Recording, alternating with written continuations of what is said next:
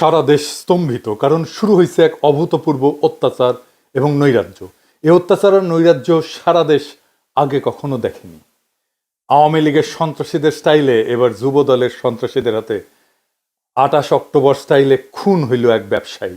পাথর দিয়া বিপুল জিঘাংসা নিয়া থেতলে দিছে সেই ব্যবসায়ীর শরীর। সমকালের প্রতিবেদনে বলা হয়েছে, নিহত সোহাগের কাছে কিছুদিন ধরে ব্যবসার অর্ধেক ভাগ দাবি করে আসতেছিল স্থানীয় যুবদল নেতা পরিচয় দেওয়া মাহিম। সোহাগ তাতে রাজি হয়নি। এই নিয়ে তাকে হুমকি ধামকি দেওয়া হয়। হত্যার আগের দিন তার গুদামে গুলিও চালানো হয়। সারা দেশে লুটতরাজ চাঁদাবাজিতে কোন কোন দলের লোকেরা যুক্ত আমরা জানি। এই পাথর দিয়ে শরীর থেতলে দেওয়া কোনো নতুন বিষয় না। আমি অনেক আগে থেকেই লক্ষ্য করতেছি, আমি সতর্ক করতেছি বিএনপিকে। দেখেন, আমাদের দেশে ফিরলে বাইচা থাকতে দিবে না বিএনপির কর্মীরা বলে। বিএনপির সাম্প্রতিক আচরণগুলো হয়ে উঠতেছে ভয়ঙ্কর রকমের ফ্যাসিস্ট। আমার পেজে এসে একজন বা দুইজন না, একাধিক মানুষ হুমকি দেয়। কেন বিএনপির সমালোচনা করি? খুন করে ফেলার হুমকি দেয়। আওয়ামী লীগও হুমকি দিত ইনবক্সে, আর প্রকাশ্যে ওরা হুমকি দিচ্ছে ৩২ নম্বর ভাঙার পরে। কিন্তু বিএনপির কোনো ভয় ডর নাই, প্রকাশ্যে হুমকি দেয়। আমি আজকে একটা দেখাচ্ছি কি কারণে সে আমাদের দেশে আসতে দেবে না বা আসলে বাইসা থাকতে দেবে না, ওটা ওরাই জানে। এরা ক্ষমতা আসলে কি করবে আল্লাহ মালুম। হাইডম থাকলে করে নিস রে ভাই, করে নিস। যে জিতবে ওই তো সিকান্দার হবে। হাইডম থাকলে তুই আমাকে দেখে নেবো, আমার হাইডম থাকলে তো করে দেখে নেবো। এটাই রাজনীতি। রাজনৈতিক দল তার আশেপাশে বন্ধু রাখে, যারা ঠিক দল করে না কিন্তু একটা লুজ সম্পর্ক থাকে তাদের সাথে। আওয়ামী লীগের কাছে কিন্তু মাস্টার ছিল, সেজন্য আওয়ামী লীগ এতদিন রাজত্ব করতে পারছিল। বিএনপি সবাইরে শত্রু বানায়। এদের কর্মীদের রাজনৈতিক শিক্ষা এতই দুর্বল, এরা যখন দাবরানির উপরে থাকে তখন কেসো হইয়া থাকে, আর যখন ক্ষমতার গন্ধ পায় তখন নেকড়ে হইয়া ওঠে। যাই হোক, এগুলো নিয়ে আলাপ করবো পরে। নির্বাচন আসুক, ক্যাম্পেইন করে দেবো, দেখাই দেবো জনগণকে কাদের ভোট দিতেছেন। দেখেন, কিছুই হবে না হয়তো, কিন্তু আমি খায় না খায় কন্টেন্ট বানাবো। শুধু আমার যে গালিগুলো দিছে বিএনপির কর্মীরা, সেগুলো কম্পাইল করলে না 10টা এপিসোড হয়ে যাবে। আমার এই যদি মাইরা ফেলাইতে চায় তাহলে তো একজন সাধারণ ব্যবসায়ীকে থেতলাইয়া দেবেই। গতকালকের ভিডিওতে একজন বলতেছে, বিএনপির কর্মী, যে হিন্দু, আমি হিন্দু, তাই বাংলাদেশে আমি অশান্তি লাগাই দিতে চাই মুসলমানদের মধ্যে। চিন্তা করেন, এইটা যদি বিএনপির একজন কর্মীর রাজনৈতিক চিন্তা হয়, সেই বিএনপি দেশকে কি দেবে? আমার আর ইলিয়াসের ছবিতে যদি জুতা মারতে পারে, তাহলে একজন সাধারণ মানুষকে খুন করতে তো সমস্যা হবেই না। আমাদের বলে মালাউন, বিএনপির কর্মীরা গালি দেয় মালাউন বইলা। তো এই দল আগামীর বাংলাদেশে নেতৃত্ব দিতে পারবে? পারবে না। আজ বাংলাদেশে মিছিল হয়, টিনের চালে কাউয়া, তারেক জিয়া সাউয়া। শুনেন,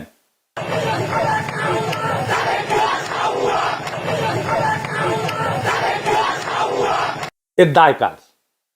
চান্দাবাজদের নাকি বিএনপির অনলাইন ইনফ্লুয়েন্সারদের? আসেন সেটা একটু বুঝে দেখি। এর দায় ক্যাটাগরিক্যালি কয়েকজনের। আমি নাম বলতে চাইতেছিলাম না, কিন্তু আজকে আমি বলবো।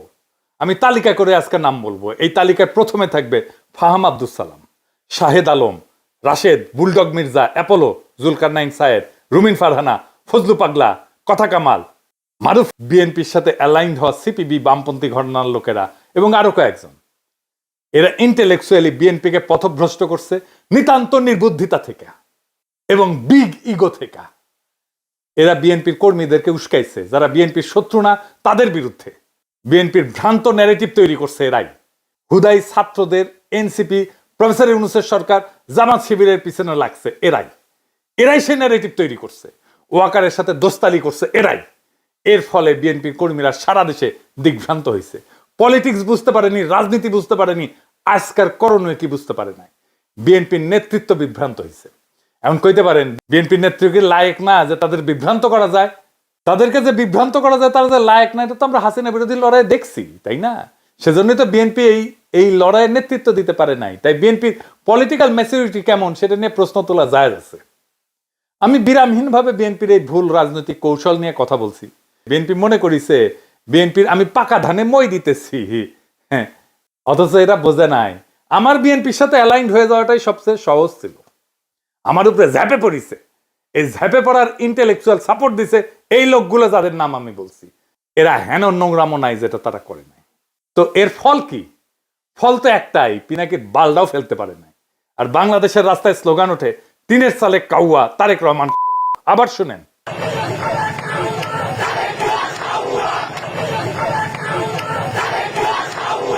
2বার শুনাইলাম। যে তারেক রহমানের বীরের বেশে দেশে ফেরার কথা ছিল, সেই তারেক রহমানকে এই জায়গায় নামায় আনার দায় এই লোকগুলার।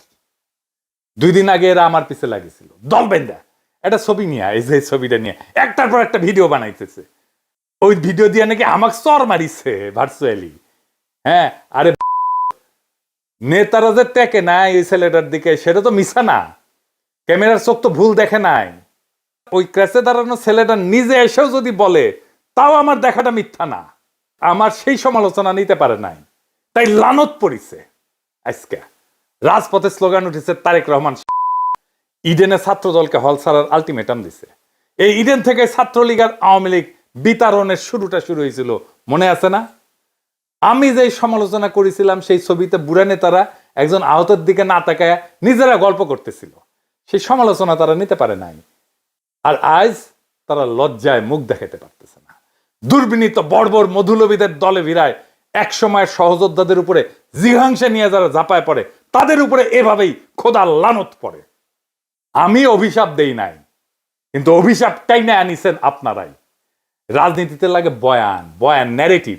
ওইটা যারা পারে তারাই রাজনীতির গতিমুখ ঠিক করতে পারে। ওইটা আসে এইখান থেকে, মাথা থেকে, এটি থেকে। ওইটা যতদিন থাকবে, যাদের সচিব থাকবে চিন্তায়, তারাই রাজনীতির মাঠে টিকে থাকবে। নিজেরা এভাবে জয় বাংলা হয়ে যাবেন, যারা চিন্তায় সজীব তাদেরকে পরাজিত করতে পারবেন না। এই সরল সত্যটা মাথায় রেখেন এখন থেকে। বিএনপির এই দশা কারা করলো, কিভাবে করলো এবং কেনই বা করলো, আসেন এটা একটু বুঝে দেখি। ওয়াকার আর তার পাশ পোষা ডিজিএফআই এর প্ল্যান এটা। বিএনপি যখনই ইন্ডিয়ার খপ্পর থেকে বাইরে হয়েছে, তখনই বিএনপির চান্দাবাজ দুর্বৃত্ত অংশকে আশকারা দিয়ে মাঠে নামাইছে ডিজিএফআই।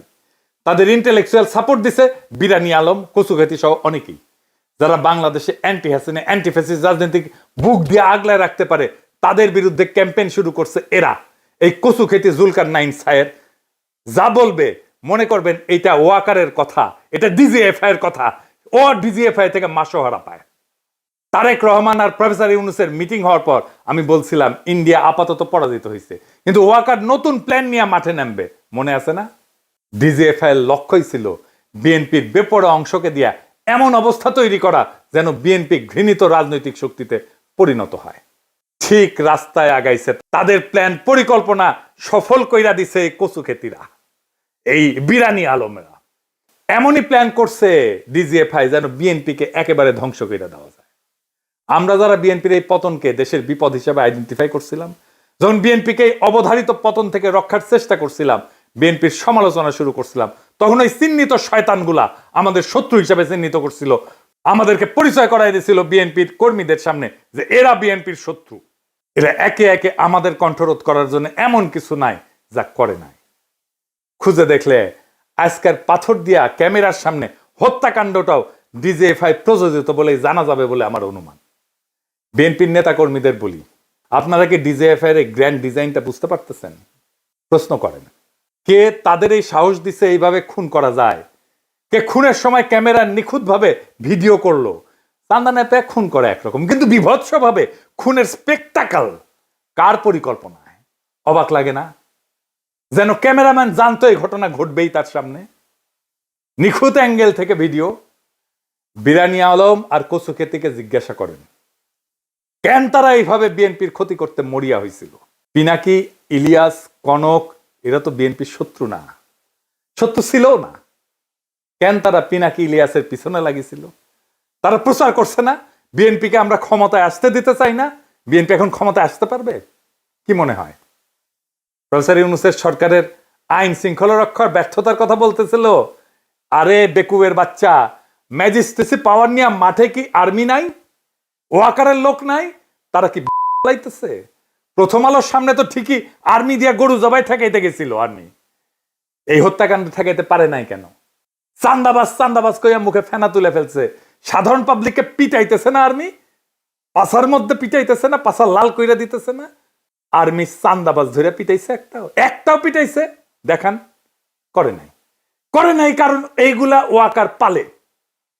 আবার দেখেন এই নধর এ দাবি করিচ্ছে বিএনপির গুন্ডাদের ম্যানেজ করার জন্য বিএনপির ক্ষমতায় যাওয়া দরকার। এগুলোর এখন হোলসেলে ফাপড়ান বিএনপির কর্মীরা।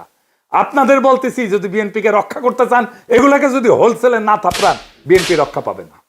বিএনপিকে এই জায়গায় এইগুলা নিয়ে আসছে, এই ছাপড়িগুলা। যেদিন থেকে বিএনপির কান্দে চাপিছে, সেদিন থেকে বিএনপির পতন শুরু হয়েছে। বিএনপির নেতাকর্মীদের এখন কি করণীয়? এইটা বিএনপির জন্য একটা ওয়েক আপ কল। বিএনপির কই আওয়ামী লীগের রাজনীতি করা বাদ দেন। ওয়াকার যে আপনাদের মারবে সেটা বিশ্বাস করেন এখন। ইন্ডিয়ার হাত ধরতে যায় না, আব্দুল নূর তুষারদের হিরো বানায় না, রুমিন আর ফজা পাগলারে বহিষ্কার করেন যদি বাঁচতে চান। আর কর্মীদের বলেন ছাত্রী আর কচু খেতিদের বয়ান দিয়া প্রভাবিত না হইতে।